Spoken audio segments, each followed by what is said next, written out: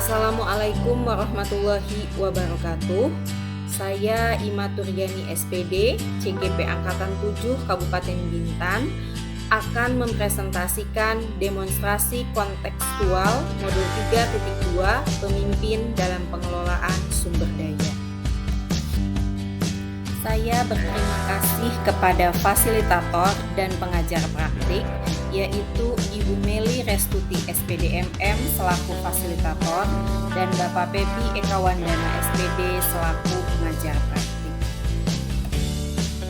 Tujuan pembelajaran khusus dari demonstrasi kontekstual modul 3.2 adalah 1. CGP dapat menganalisis tentang visi dan prakarsa perubahan dari tayangan video praktik baik yang ada.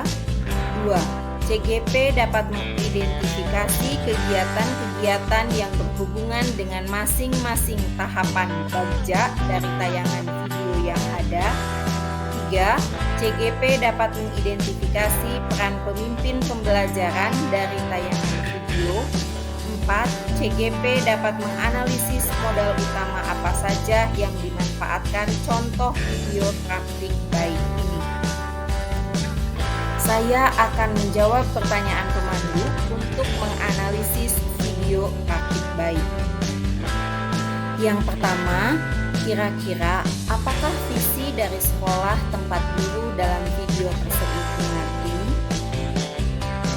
Terwujudnya murid yang beriman dan bertakwa kepada Tuhan Yang Maha Esa dan berakhlak mulia, gotong royong, mandiri, kreatif, dan bernalar kritis dalam ekosistem pembelajaran kolaboratif yang menyenangkan menuju profil pelajar Pancasila.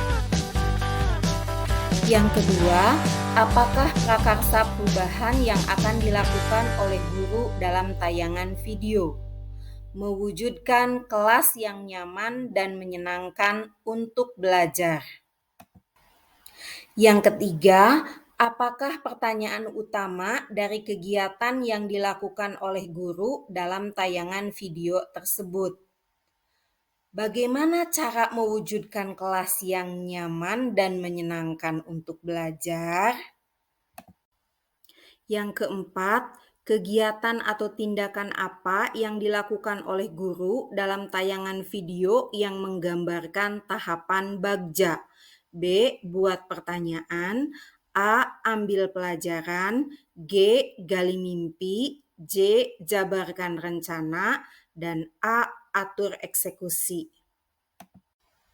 Kegiatan atau tahapan buat pertanyaan utama adalah 1. Menentukan arah perubahan yang akan dilakukan, yaitu pertanyaan utamanya, bagaimana cara mewujudkan kelas yang nyaman dan menyenangkan untuk belajar. Yang kedua, berkolaborasi dengan rekan sejawat untuk merumuskan pertanyaan utama dari prakarsa perubahan yang akan dilakukan. Yang ketiga, melakukan aksi dengan menuliskan kata kunci penyemangat belajar di papan tulis dalam kelas. Tahapan ambil pelajaran terdiri dari 1. Guru mengajukan pertanyaan untuk menggali informasi dari pendapat dan pengalaman murid. Apa yang muncul dalam pikiran kalian setelah melihat tulisan di papan tulis, yaitu penyemangat belajar? Makan, musik, lesehan, demikian kata murid-murid. Yang kedua, mengidentifikasi hal-hal yang disukai murid-murid terhadap kelasnya. Suka dekat jendela karena ada angin, suka dekat rak buku karena bisa baca buku, kata murid-murid. Yang ketiga, murid diajak mengambil pelajaran dari kelas lain untuk menambah inspirasi kelas yang membuat semangat.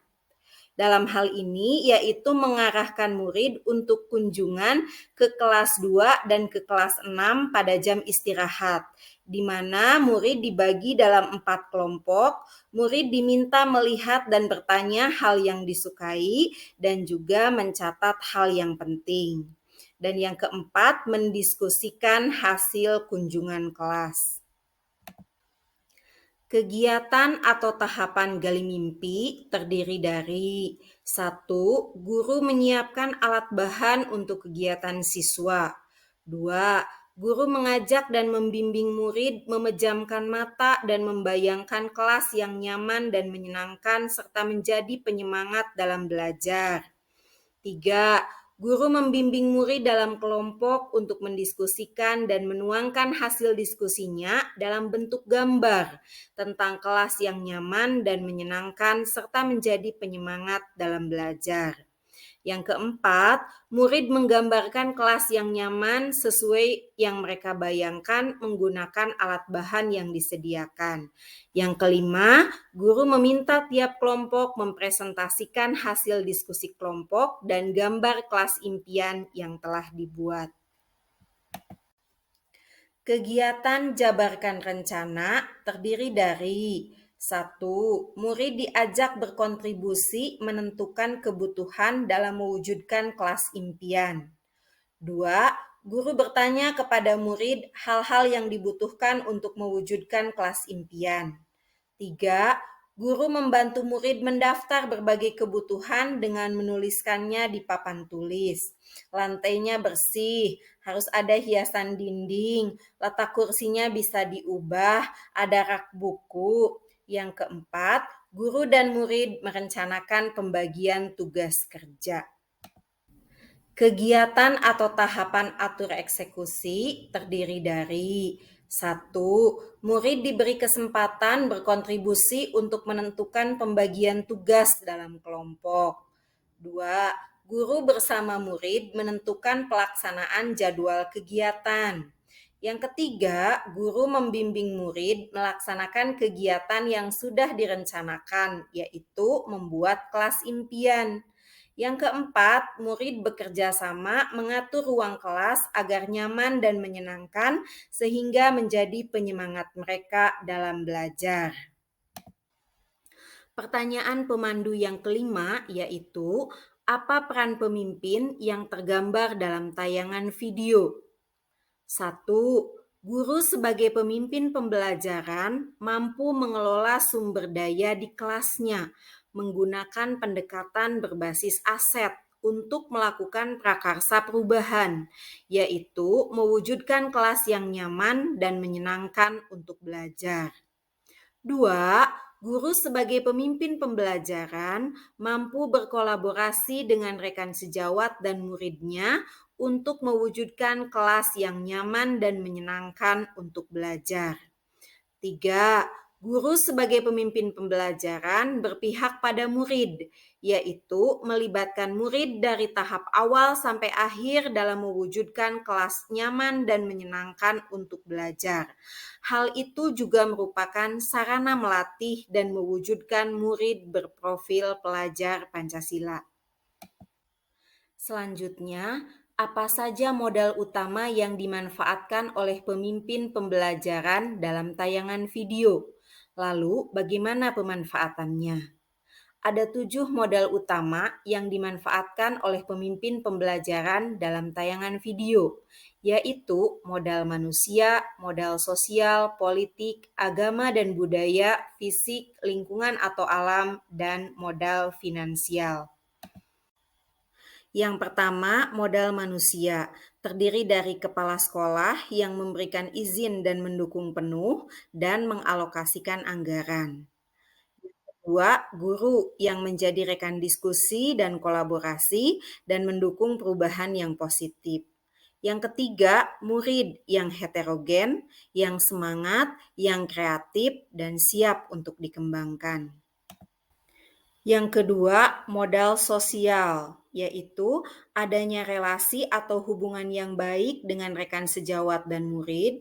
Yang kedua, adanya interaksi yang baik antar siswa di dalam kelas sehingga memudahkan bekerja sama. Dan yang ketiga, adanya interaksi yang baik antara siswa satu kelas dengan kelas yang lain sehingga melancarkan kegiatan mengambil pelajaran. Yang ketiga, modal fisik, yaitu terdiri dari ruang kelas yang luas untuk ditata dan dikreasi, Kemudian ada juga ruang kelas 2 dan kelas 6 yang bagus yang bisa dijadikan contoh. Ada juga meja kursi belajar yang bisa dipindah-pindah dan diatur sesuai dengan keinginan. Ada juga meja kursi lebih yang bisa dikreasi menjadi pojok baca. Terdapat buku-buku untuk dijadikan sebagai sarana di pojok baca dan ada hasil karya siswa untuk dijadikan hiasan dinding. Modal budaya yang nampak dalam video adalah budaya gotong royong, memudahkan berkreasi. Budaya belajar, murid mau mengambil contoh dari kelas lain. Budaya musyawarah, sehingga kelas impian menjadi mimpi bersama dan kerja bersama. Budaya sopan santun, sehingga interaksi berlangsung harmonis. Yang kelima, modal lingkungan atau alam. Dalam hal ini yaitu memanfaatkan bahan-bahan yang tersedia di lingkungan atau di sekitar murid. Lingkungan bisa menjadi sumber inspirasi, yaitu untuk membentuk hiasan dinding atau lukisan. Ada yang bisa menginspirasi dari rumah, dari pemandangan, dari bunga, dari hewan. Dan lingkungan juga bisa menjadi bahan karya. Contohnya yaitu biji-bijian untuk membentuk kolase yang dipakai untuk juga hiasan dinding. Yang keenam, modal politik terdiri dari kebijakan kepala sekolah yang mendukung penuh perubahan positif ke arah peningkatan kualitas pembelajaran yang berpihak pada murid dan kebijakan kepala sekolah terkait dengan penganggaran. Yang ketujuh, modal finansial terdiri dari dana BOS, yaitu untuk pembiayaan bahan yang dibutuhkan. Kemudian RKAS, penganggaran. Kemudian Siplas-Sipbos sebagai tempat belanja, sistem administrasi, dan pelaporan. Siang hari makan kuaci, dimakan sama Bu Asih. Demikian presentasi ini, saya ucapkan banyak terima kasih.